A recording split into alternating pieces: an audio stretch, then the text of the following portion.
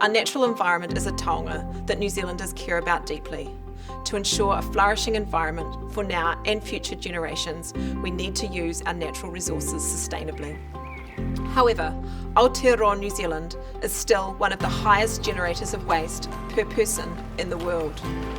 In short, we use too much and we waste too much, which negatively impacts on our environment. The government has an ambitious waste reduction work program, and we've already taken some really important steps.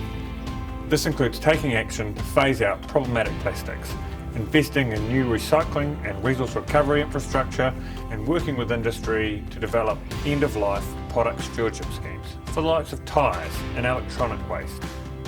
But it's not just about what government is doing. Many individuals, households, businesses and communities are taking their own action to reduce their waste footprint.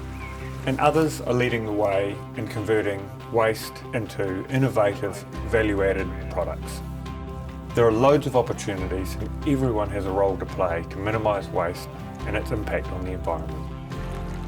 We're delighted to announce that we've initiated consultation on a new waste strategy for Aotearoa New Zealand, alongside proposals for updating New Zealand's waste legislation. Both of these are important pillars to a transition to a circular economy.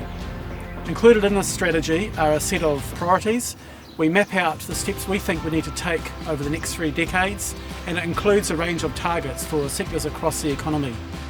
New Zealand's Waste Minimisation Act is now 13 years old, and we're taking this opportunity to modernise the framework.